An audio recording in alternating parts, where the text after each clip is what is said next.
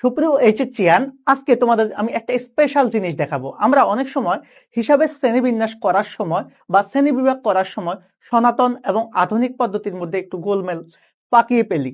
আর একটা বিষয় আমাদের সবচেয়ে বেশি ঝামেলায় ফেলে, সেটা হচ্ছে যে আমরা সবসময় আধুনিক পদ্ধতির শ্রেণীবিন্যাসটা শিখি, সনাতন পদ্ধতিতে ওইভাবে পড়ি না। যার কারণে অনেক সময় আমাদের এমসিকিউ অথবা অ্যাডমিশন টেস্টে গিয়ে এই প্রবলেমটা বেশি হয়। সো আজকের ভিডিওতে আমি তোমাদেরকে দেখাবো কিভাবে আধুনিক পদ্ধতির হিসাব শিখেও তুমি সনাতন পদ্ধতিটাকে ইজিলি আয়ত্ত করতে পারো। অর্থাৎ তোমাকে সনাতন পদ্ধতির হিসাব মনে রাখাই লাগবে না। যেমন আসো, সবচাইতে মজার বিষয় হচ্ছে আমরা জানি যে হিসাব আধুনিক পদ্ধতিতে 5 প্রকার। একটা হচ্ছে আয় হিসাব, ব্যয় হিসাব, সম্পদ হিসাব, দায় হিসাব, মালিকানা সত্ত্ব হিসাব। আবার আধুনিক পদ্ধতিতে এই মালিকানা সত্ত্বের মেইন দুইটা অংশ করা হয়েছে, একটা হচ্ছে মূলধন আর একটা হচ্ছে উত্তোলন। সো হিসাব সমীকরণের সুবিধার্থে এটাকে আমরা আরো দুই ভাগে করে সেখানে আমরা ডেবিট ক্রেডিটও নির্ণয় করতে পারি। এখন মজার বিষয় হচ্ছে আমরা এত কিছু তো সবাই জানলাম, আমরা সবাই আয়গুলা চিনি, ব্যয়গুলা চিনি, সম্পদগুলা চিনি, দায়গুলা চিনি, মালিকানা সত্ত্ব চিনি।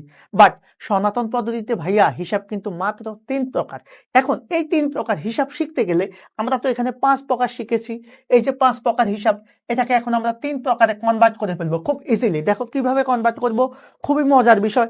এই যে ব্যয় আর আয় দুইটা হিসাবকে আমরা একটা ঘরে নিয়ে যাব, তাহলে ব্যয় আর হিসাব এক। আবার দায় আর মালিকানা সত্ত্ব এই দুইটাকে আমরা একটা হিসাব বলবো, তাহলে ব্যয় আর আয় এগুলাকে আমরা একটা হিসাবে নিব, দায় আর মালিকানা সত্ত্ব এটাকে আমরা একটা হিসাবে নিব। তাহলে জিনিসটা কি দাঁড়াচ্ছে, এই যে ব্যয় আর আয় এটাকে আমরা বলবো সনাতন পদ্ধতিতে কি হিসাব, নামিক হিসাব। কি হিসাব? নামিক হিসাব অথবা অস্থায়ী হিসাব। তাহলে নামিক হিসাব। এখন আসো, দায় আর মালিকানা সত্ত্বকে আমরা সনাতন পদ্ধতিতে বলবো ব্যক্তিবাচক হিসাব। খেয়াল করবা, ব্যক্তিবাচক হিসাব। তাহলে এখান থেকে আমরা দুইটা হিসাব পেয়ে গেছি সনাতন পদ্ধতিতে। আমি বলেছি সনাতন পদ্ধতিতে হিসাব হচ্ছে মূলত 3 প্রকার। সনাতন পদ্ধতিতে হিসাব কয় প্রকার ভাইয়া? 3 প্রকার। কি কি? ব্যক্তিবাচক হিসাব, সম্পত্তিবাচক হিসাব আর নামিক হিসাব। তাহলে এই যে সম্পদগুলা রয়ে গেছে এখানে, এই সম্পদগুলা নিয়েই যে হিসাবটা হবে সনাতন পদ্ধতিতে, সেটা হচ্ছে সম্পত্তিবাচক হিসাব।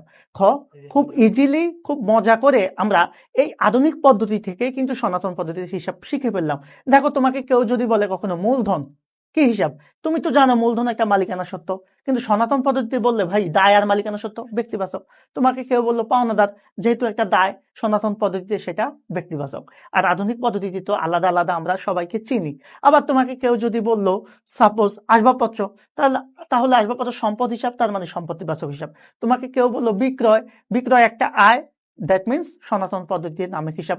কেউ বললো ক্রয়, ক্রয় একটা ব্যয়, তার মানে সনাতন পদ্ধতিতে নামিক হিসাব। অর্থাৎ তুমি শুধুমাত্র সনাতন পদ্ধতিতে না শিখেও আধুনিক পদ্ধতির হিসাব দিয়ে সনাতন পদ্ধতিটা ইজিলি ক্যাপচার করতে পারবা। জাস্ট এই টেকনিকটা মাথায় রাখবা। কি টেকনিক? একটাই, ব্যয় আর আয় মিলে হবে একটা হিসাব নামিক হিসাব, দায় আর মালিকানা সত্ত্ব মিলে ব্যক্তিবাচক হিসাব, আর সম্পদগুলাকে সম্পত্তিবাচক হিসাব। শুধুমাত্র 2-1টা সম্পদ আছে যেগুলাকে আমরা আবার কোথায় ফেলবো? ব্যক্তিবাচক হিসাবে ফেলতে পারবো। যেমন হচ্ছে দেনাদার, ব্যক্তির সাথে রিলেটেড বিদায়, ব্যক্তিবাচক হিসাব। সো আশা করি আজকের ক্লাসটা তোমরা বুঝতে পেরেছো। কেমন লাগলো ভিডিওটা অবশ্যই অবশ্যই জানাবা।